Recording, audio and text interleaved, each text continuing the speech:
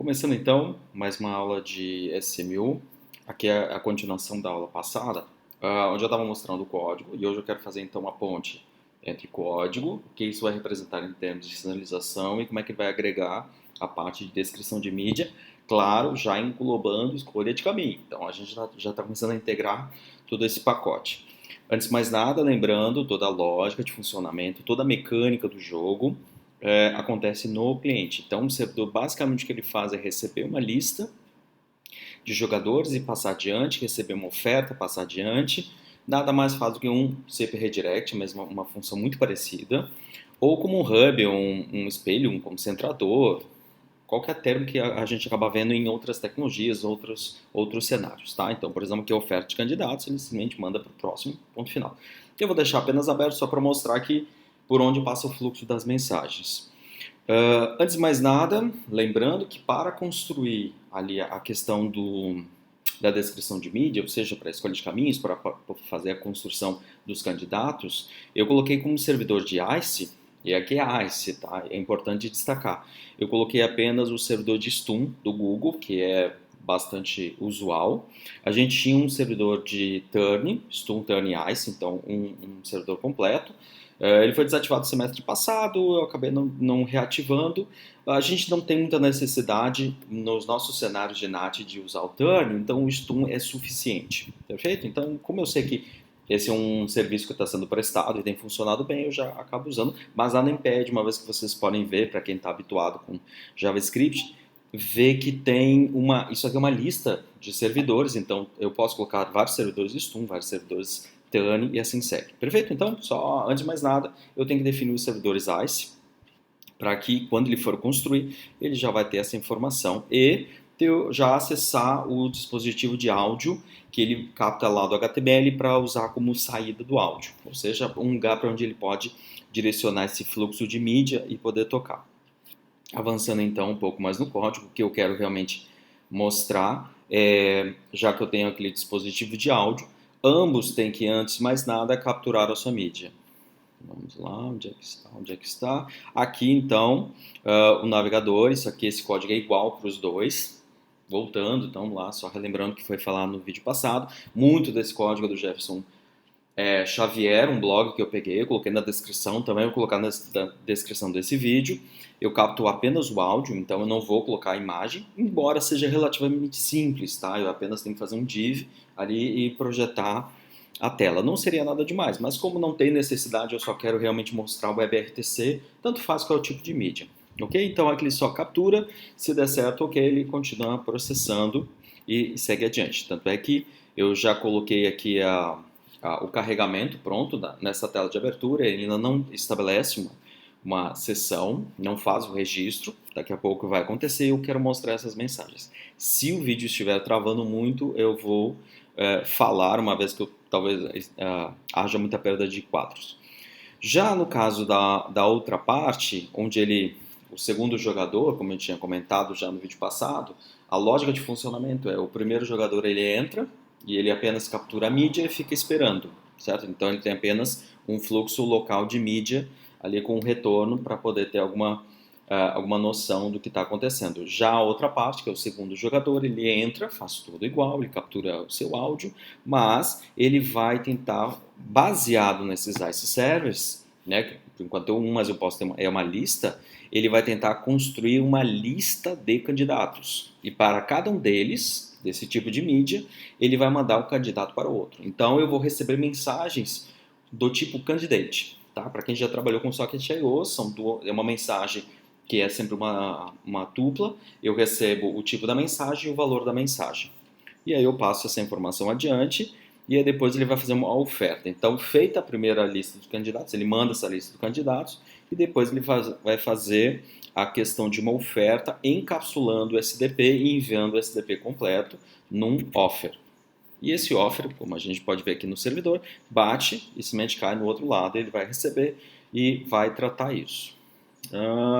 Uma vez que ele recebe esse offer, isso aqui já considerando o outro cliente, né? Digamos o destinatário dessa oferta. Ele também vai construir o seu retorno para fazer a contra-oferta, vou mostrar daqui a pouco, então, como é que ele vai fazer isso. Ele também, por sua vez, vai construir a sua lista de candidatos, então, a oferta ela é uma lista de candidatos e uma oferta com SDP, e o retorno também é uma lista de candidatos, ou uma contra-oferta de candidatos, com também a sua contra-oferta de mídias. E aí ele também vai fazer um create answer, então ele vai criar uma resposta e vai mandar na forma de uma mensagem do tipo answer.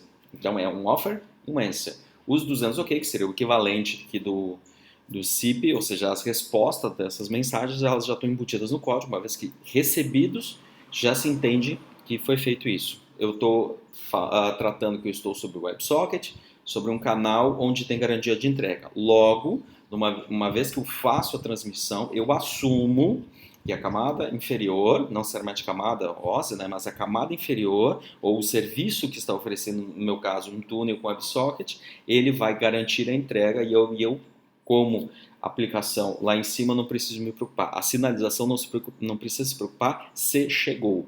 Tá? Esse conceito eu já tinha visto, por exemplo, no XMPP, que uma vez que ele usa canais TCP embaixo, né, túneis TCP, ele apenas confia que vai chegar a mensagem ponto final. Então não se preocupa com uma resposta. SIP, como eu já falei várias vezes, por sua grande flexibilidade, ele não confia e ele mesmo implementa. Não é que ele não confia, é que ele não precisa confiar, porque daí ele é mais independente dessa camada inferior, certo? E aí, uma vez que tem um answer, então ele basicamente vai montar um set remote description e vai poder fazer a recepção dessa mídia, poder injetar no objeto áudio e aí eu ter o som de fato.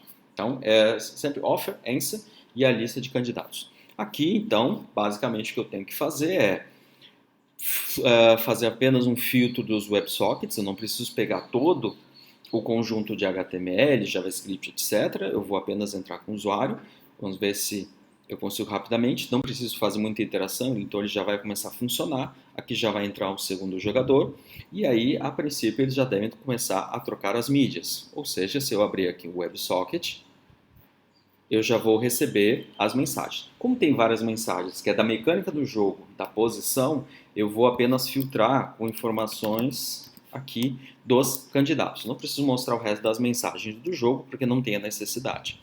E aqui, então, só ganhar um pouco de espaço, eu tenho, por exemplo, um candidato aqui, só vou colocar o mouse em cima, apesar da talvez não esteja muito legível, né? Mas aqui ele faz uma oferta de candidato.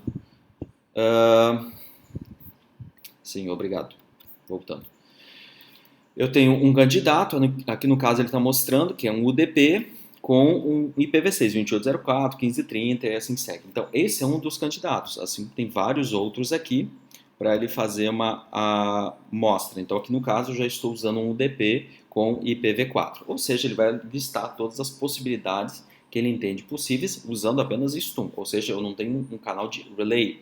Então, eu provavelmente vou ter apenas duas ofertas. A oferta tipo host, que é ponto a ponto, uma comunicação direta, sem qualquer tradução ou contorno de NAT, ou do tipo Server Reflex, onde ele vai forjar, e quando eu digo forjar não é mentir, mas é construir os endereços baseados na resposta do STUM. Então ele vai forjar um endereço externo de IPv4 ou até mesmo IPv6 e a porta IPv4 ou IPv6.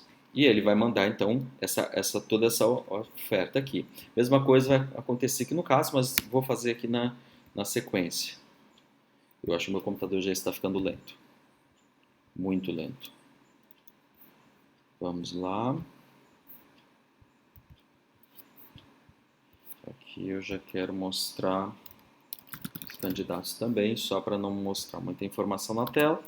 E aí ele faz uma oferta. Essa oferta aqui, então ele já vai mandar uma oferta do tipo SDP e vai apresentar todos esses valores, onde ele vai mostrar, antes de mais nada, quais são as mídias e ele não precisa encapsular ali quais são todos os candidatos, porque os candidatos já foram enviados anteriormente. Então, aqui no caso da forma como foi construído, o SDP basicamente ele vai dizer qual é o tipo de áudio, ou de mídia, que é especificamente de áudio, e quais são os codecs. Aqui é uma lista relativamente grande, eu estou com o Google Chrome atualizado, então a lista é relativamente grande, e vocês podem ver, se for possível, os vários atributos A, onde eles especificam alguns parâmetros de cada um desses codecs.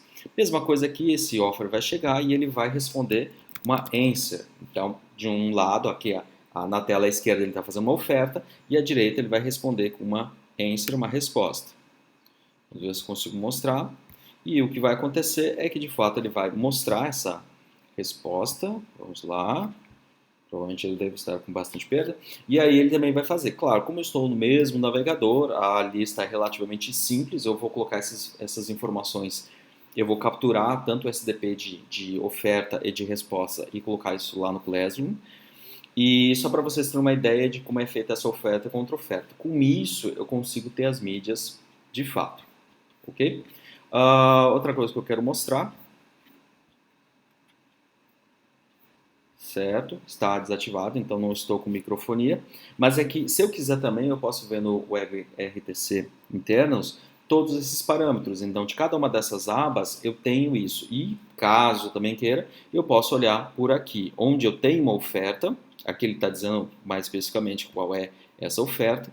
E eu posso, então, navegar por essas informações e ver, inclusive, qual é o candidato local, qual é o candidato remoto, que ele deixa em negrito, ele destaca, uma vez que eu posso ter essas várias informações, e aí ele vai mostrar quais são de fato. Então, aqui, por padrão, claro, eu vou estar usando IPv6 sobre o DP do modo host, que é o caminho mais simples. Então, a primeira oferta, o tradicional é IPv6 sobre IPv4, o DP sobre TCP ou outros protocolos, também pode acontecer, e host sobre os demais tipos de escolha de caminho. Então ele fez essa escolha e aí ele consegue transmitir de um lado para o outro. Não quero ainda me focar na parte da mídia, eu quero me focar ainda nessa parte do SDP. Com isso, eu consigo ter então uma sinalização bastante simples de offer e answer, ou seja, as mensagens, onde a confirmação ela não é necessária, e eu tenho basicamente o registro de cada um deles, porque uma vez que eles entram aqui, cada um ganha um hash, que é implementação já do próprio Socket.io, eu simplesmente aproveito isso, ou seja, muito dessa lógica eu já acabo aproveitando da mecânica, da lógica, do funcionamento, das funcionalidades que o próprio Socket.io me oferece, ou seja, ele acaba ficando um protocolo de sinalização bastante simples, quase simplório, até porque eu tenho pouco tratamento de erro. Perfeito? Então, esse é o principal ponto, é como é que se dá esse encapsulamento, onde eu posso simplesmente trocar a sinalização e usar SDP tradicionalmente, e aqui, inclusive, foi separado. No caso do SDP, ele não precisa ele encapsular toda a lista de candidatos, porque eu já faço o processamento, mas se quiser, eu posso aqui dentro do SDP colocar a lista de candidatos que é retornado pelo Stummitane, ou seja, o ICE completo, mostrar todas essas mensagens e fazer toda essa oferta completa. Aqui eu só deixei separado, muito inspirado no código original do Xavier, e aí, no caso, eu tenho esse fluxo aqui de áudio entre os dois. Para a próxima aula, daí depois eu vou fazer uma análise mais detalhada aqui em relação à mídia de fato, qual foi o caminho escolhido e como é que está sendo essa transmissão, certo? Por hoje é só, é isso.